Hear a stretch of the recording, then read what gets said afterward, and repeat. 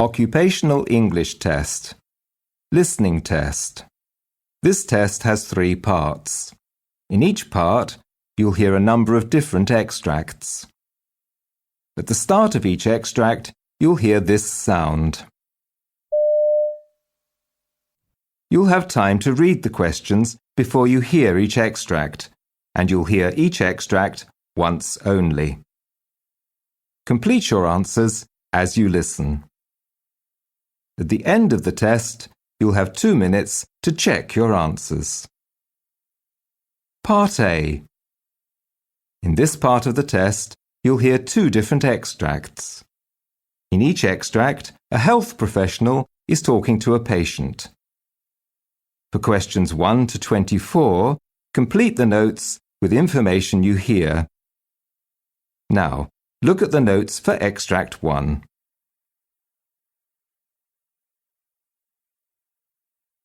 Extract 1, questions 1 to 12. You hear a rheumatologist talking to a patient called Harry Davis, who suffers from gout and is attending for a medication review. For questions 1 to 12, complete the notes with a word or short phrase. You now have 30 seconds to look at the notes.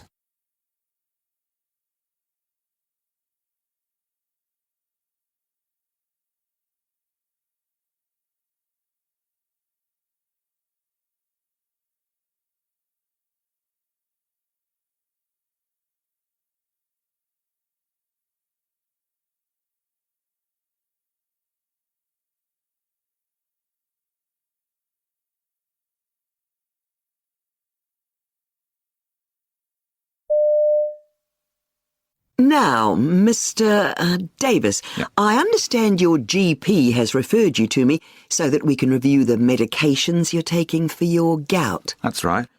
So, tell me a bit about this gout.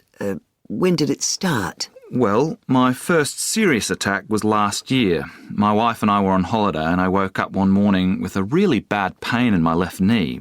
Well, I never thought of gout because I always assumed that just happens somewhere like your big toe, and anyway, I'm only 40.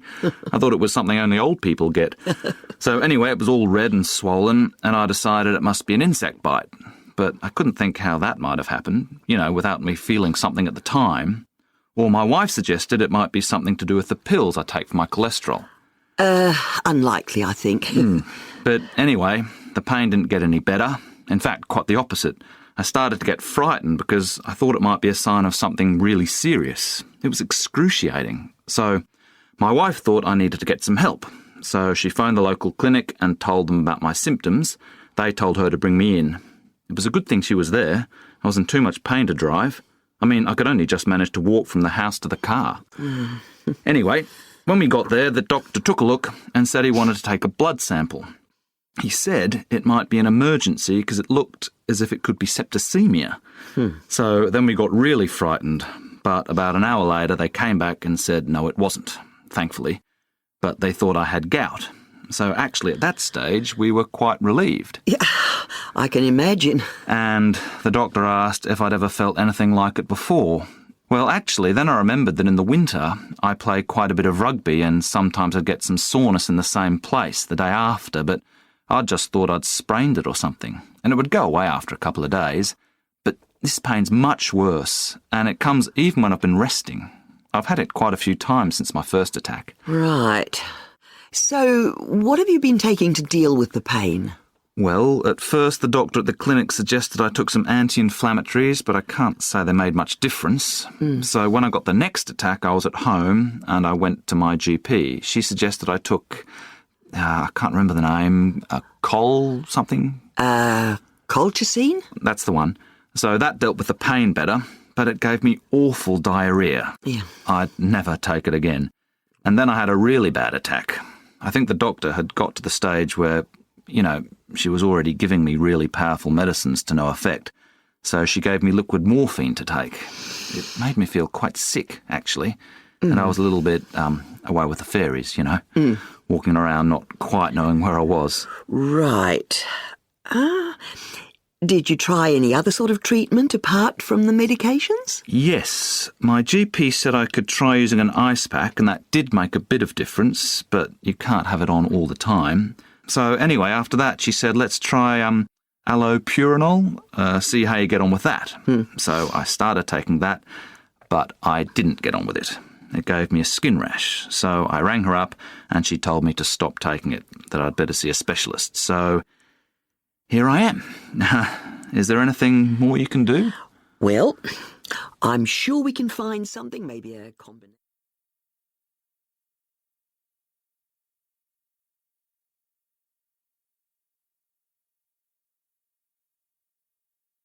Extract 2, questions 13 to 24. You hear a doctor in an emergency department talking to a patient called Gail Kennedy. For questions 13 to 24, complete the notes with a word or short phrase. You now have 30 seconds to look at the notes.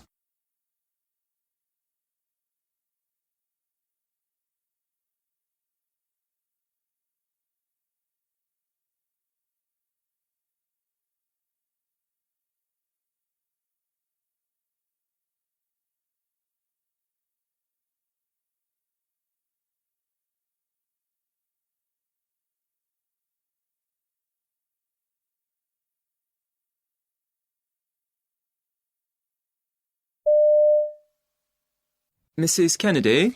Yes. I'm Dr. Jarvis. Hello. Sorry to keep you waiting. Okay. Now, can you tell me what's brought you here today?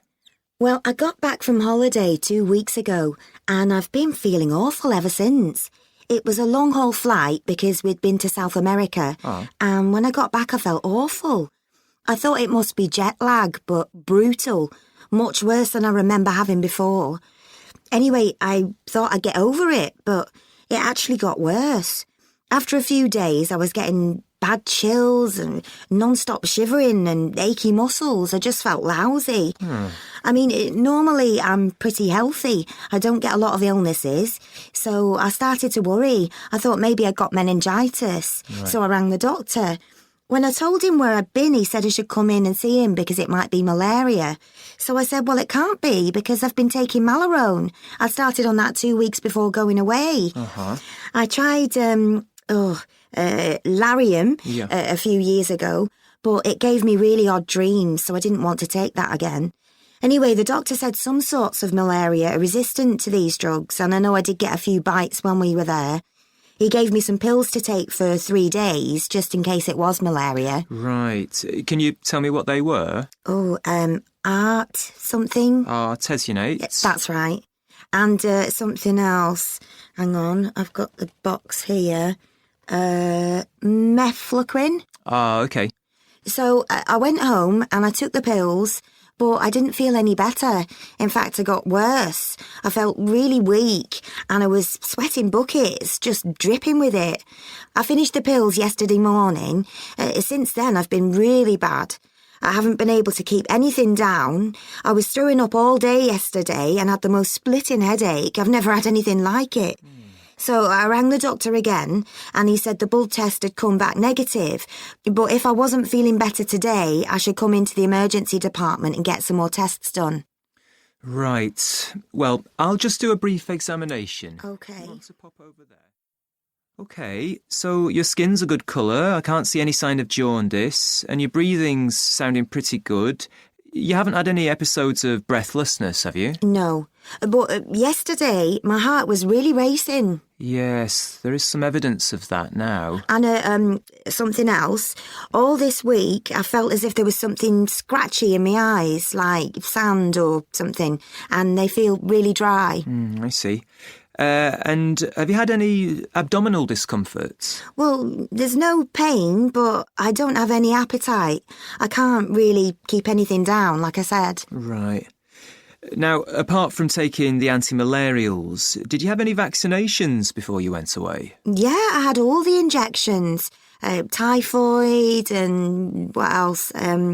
Not yellow fever, because I'd already had that before. But I did have one for hepatitis A. Yeah. And they were fine. I don't usually have any problems with things like that. Then, while we were away, I did get cold sores all over me upper lip. I've had them before, and I'd got some over-the-counter stuff for them, so I just used that. Right. Apart from that, I was fine during the holiday. I'm normally very healthy. Uh-huh. I did have breast cancer a few years ago. That was in 2011. I had a lumpectomy, so I was taking tamoxifen for 5 years. But I don't have to take it now. Okay. So it's possible that this might be a reaction to certain drugs, but we'll need to do some more tests first.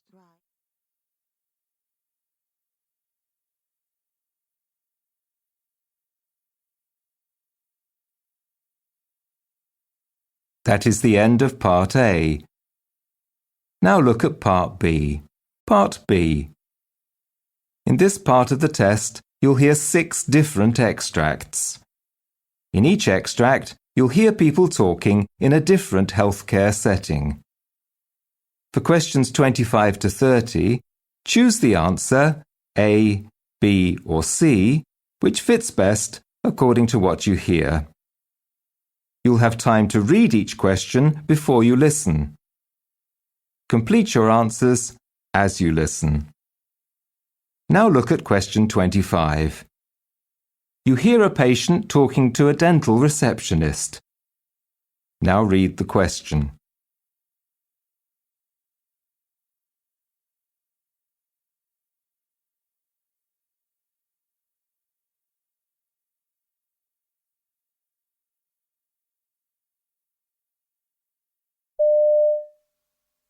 Hi, I'd like an urgent appointment, please. Let's see, who's your usual dentist? Mr. Garcia? You say it's urgent. Are you in pain? Yeah, it's the tooth Mr. Garcia filled last week. Well, he's away today, I'm afraid, but there's a free slot this afternoon with his colleague, Mrs. Brown. Well, that'd be okay, but are you saying Mr. Garcia could fit me in tomorrow? That's right, we'd get you in first thing. Can you wait? Well, I'm not chewing on that side and I'm taking paracetamol, which is helping. The pain started when I was eating a steak, so I'm frightened I might have upset Mr. Garcia's work. It makes sense for him to check it out. OK, we'll book you in for tomorrow morning at 10.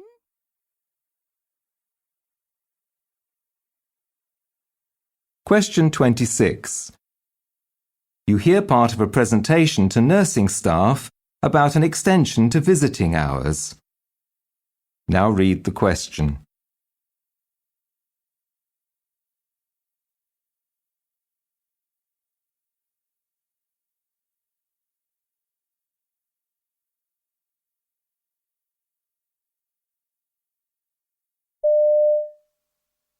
Now, you'll have received the survey asking your opinion about extending visiting hours, and doubtless you've got your own ideas about the possible impact on your work. You're probably aware of the evidence pointing to the positive effects on patient recovery rates of increased contact with loved ones. This isn't in question, but of course things must be managed properly. I've heard concerns about how busy everyone is, that you've got enough on your plates without having to worry about extra demands from visitors. Well, we've carefully planned things to prevent you being overrun with queries, interruptions and so on. Visitors will be given a list of do's and don'ts outlining what's expected of them. Meanwhile, managers will be monitoring things carefully to make sure routines aren't disrupted at all.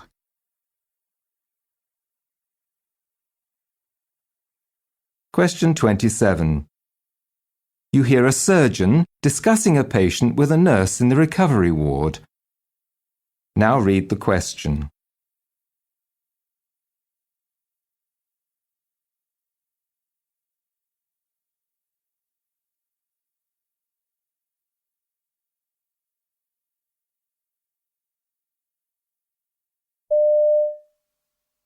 It looks like Mrs. Jones is still a bit groggy after her thyroidectomy. Will she be going up to the ward soon? Yes, I'm going to call a porter. She should be going up in 15 minutes. OK. I've added some extra post-op pathology orders. She may have problems with the drop in her calcium. Her thyroid was just huge. We didn't see all 4 parathyroid glands, and we need to check that they haven't been affected by the procedure. She seems OK, but I want her calcium level checked twice a day. She needs to be monitored for any breathing problems, muscle cramping and numbness, and for tingling in her fingers. OK, I'll make sure a report to watch out for hypocalcemia is passed on. OK, if you need me, call me.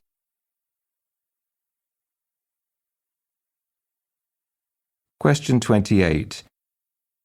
You hear a chiropractor briefing a colleague about a patient called Ryan. Now read the question.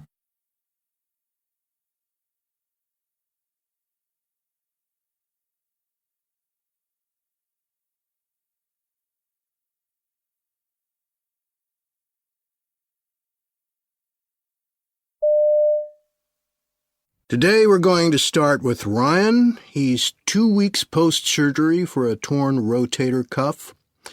He also had a spur on his acromion process removed. This is his first time in rehab post-surgery, I believe. That's correct. Okay, so today we're going to begin utilizing high-frequency vibration to break up the scar tissue forming in his left shoulder joint following the surgery. We're going to do each of his treatments that way, so you'll see a progression over time, how we get him back to a point where he's able to live his normal life. Movement's the key to rehabilitation, and this treatment resonates with the nerves too, so it should eventually help them heal quicker and reduce his discomfort.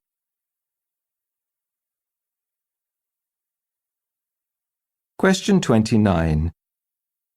You hear a surgeon talking to a group of medical students about patient risk in emergency surgery. Now read the question.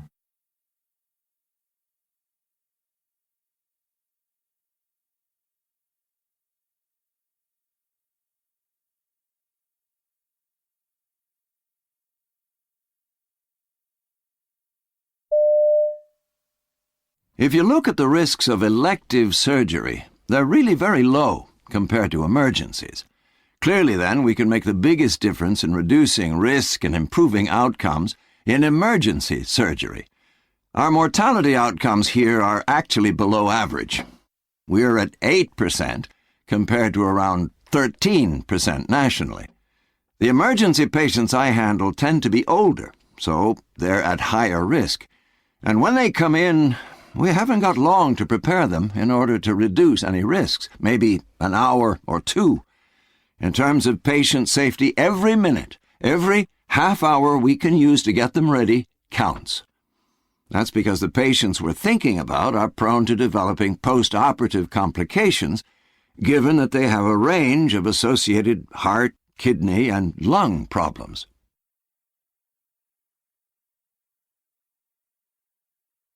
Question 30. You hear a surgeon talking to a patient who's just had a knee operation. Now read the question.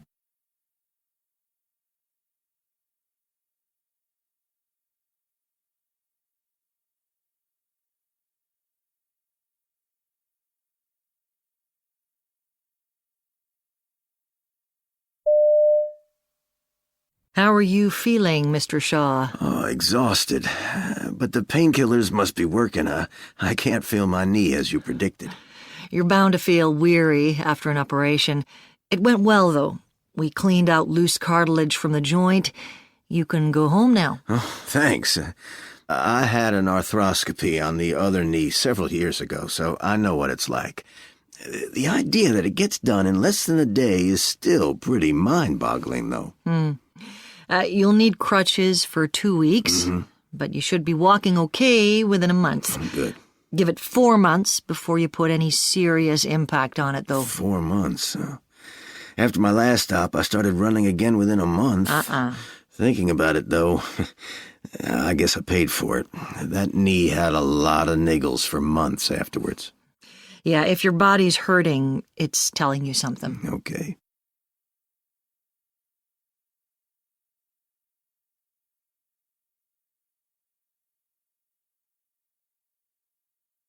That is the end of Part B. Now look at Part C.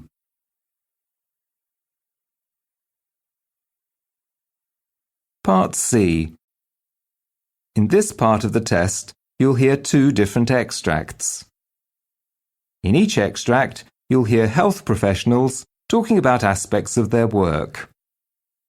For questions 31 to 42, choose the answer A, B, or C, which fits best according to what you hear. Complete your answers as you listen. Now look at Extract 1. Extract 1. Questions 31 to 36. You hear an interview with Dr. Helen Sands about her work with patients who are learning to cope with amputation. You now have 90 seconds to read questions 31 to 36.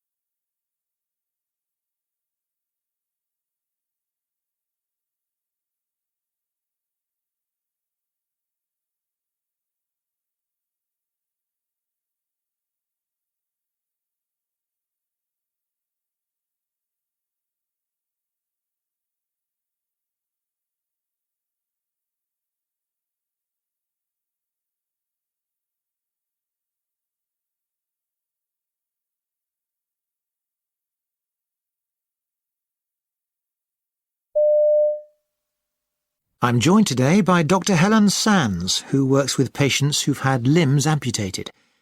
Now, amputation is an extremely traumatic experience for patients. Helen, in your experience, how do younger patients tend to react to it? Well, in a range of ways, depending on whether the loss was expected, if it was due to chronic illness, or to something sudden like an accident. One of my young patients in that situation, let's call him David, said losing his leg suddenly was like the pain of an unexpected death in the family. And although this didn't really apply to him, for many young people, even watching a football game can make them feel shut out of activities they once took for granted. But then others come to terms with the fact that for them, normality will be something different from what it was before the operation. And patients can still suffer pain from a missing limb, can't they, even after the limb's been amputated? What's called phantom limb syndrome. How common is this? Well, the phenomenon was first observed many years ago in soldiers who'd lost a limb in combat. The majority reported pain coming from the missing limb. Obviously, surgical techniques have improved, but a large number of amputees still report suffering from a degree of pain from the missing limb. In a few instances, this might be due to a poorly fitting prosthetic, for example, or residual limb pain, but the majority of cases are harder to explain. And patients are reluctant to talk about it in case medical professionals doubt their mental state, so it's not very easy to say just how often it occurs. However, I still tend to think it's large numbers. And you must have come across examples of this phantom limb syndrome in your own patients who have missing limbs. Oh, yes, of course. Many patients report feeling as if the missing limb is still attached to their body, even years after the amputation. Some patients have reported actually trying to use it just as they did before. And in the case of other patients, they feel as though the missing limb is permanently at an abnormal angle, and they have to make allowances for it when moving around. I've come across a number of instances of that. And other patients experience what we call telescoping, the sensation that the limb is still there as normal, but it's become smaller, shrunk somehow. And I understand that you have a treatment trial going on in the hospital at the moment. Well, yes. I mean, in the normal course of treatment, we administer analgesia, and we also make use of local injection therapy using pain-blocking agents. Unfortunately, though, these don't always work as well as we might like. So we're working with a group of patients who have reached the point where the pain's badly affecting normal activities such as sleeping and going to work. All patients in the group have suffered from phantom limb pain for 10 years on average. So they're the most extreme cases we could find. So, how did you set about treating the patients in the trial group? Well, when a limb is lost, that affects a number of brain functions, and we wanted to try to restore those functions. So we attached electrodes to the remaining muscles of the stump and then asked patients to try to move the phantom limb. And patients could view their virtual limb moving on a computer. But they couldn't just imagine moving the limb. They actually had to force their brain, if you like, to perform the action. Because only then would these circuits, these pathways, be restored in their brains. So the patient controlled the virtual limb just as they would have with their own limb. And slowly, they got better at doing this in a way that was productive to the brain. And patients invariably reported that as a result, their pain diminished. So the treatment was useful. Does it have any other advantages? Well, we followed up patients after different periods of time, and the improvements were still there, but not to the same degree. But the decrease in pain levels was still statistically significant. But this kind of treatment is very easy for patients to do at home once they've left the hospital. They only need a computer with a webcam and the program. And this research is ongoing, of course, so we can look in more.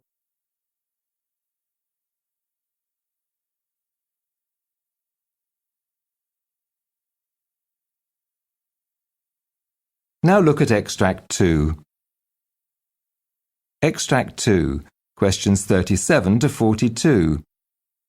You hear a dermatologist called Dr. Jake Cooper talking about a skin condition called hidradenitis suppurativa, HS.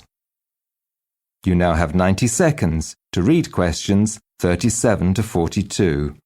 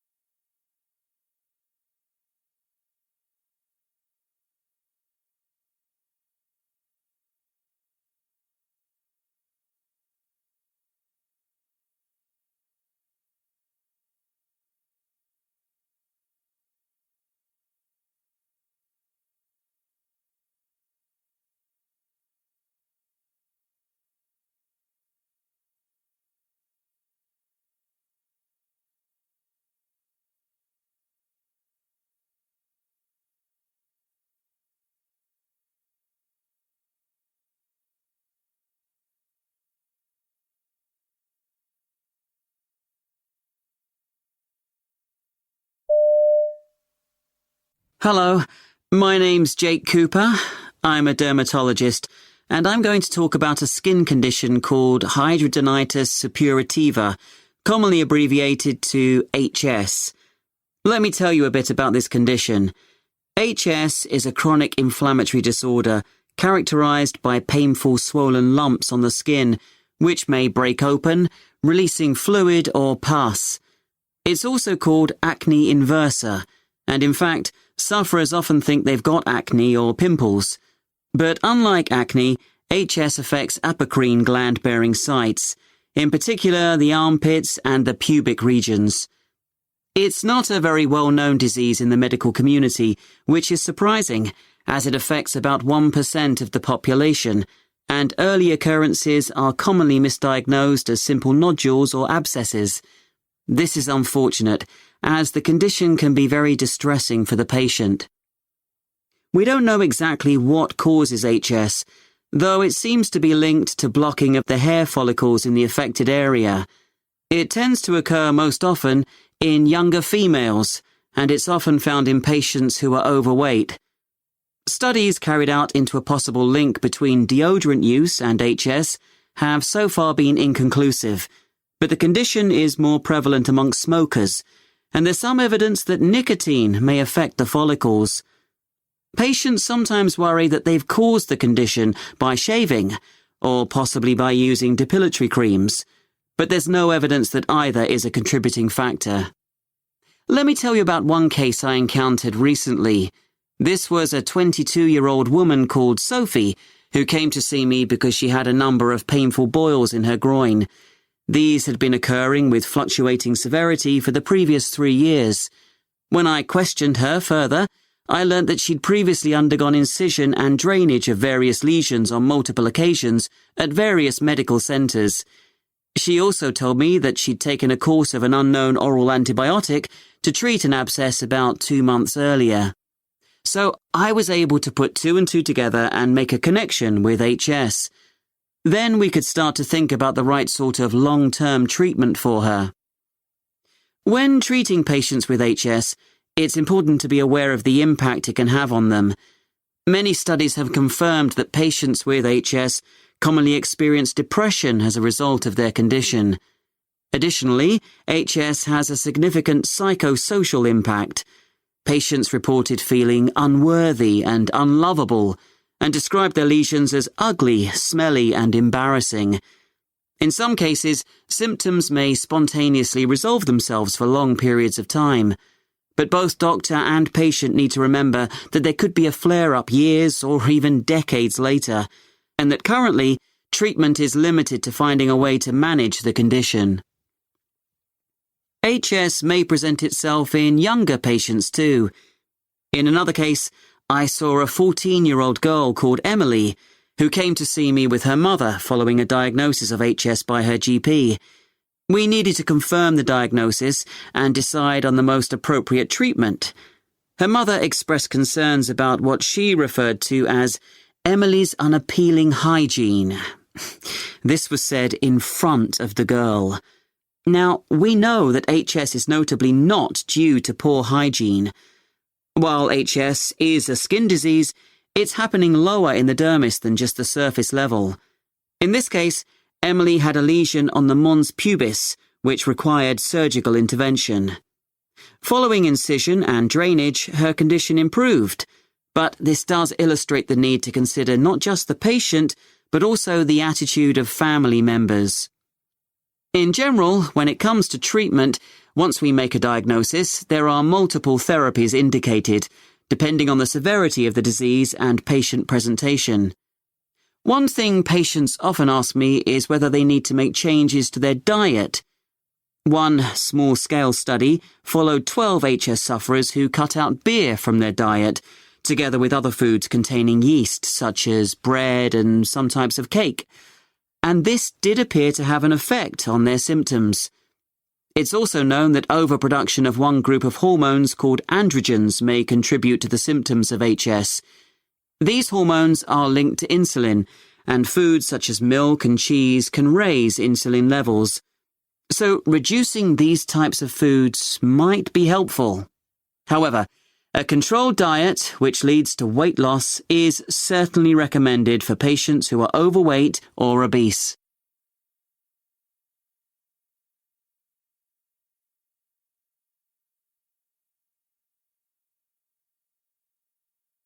That is the end of Part C. You now have 2 minutes to check your answers.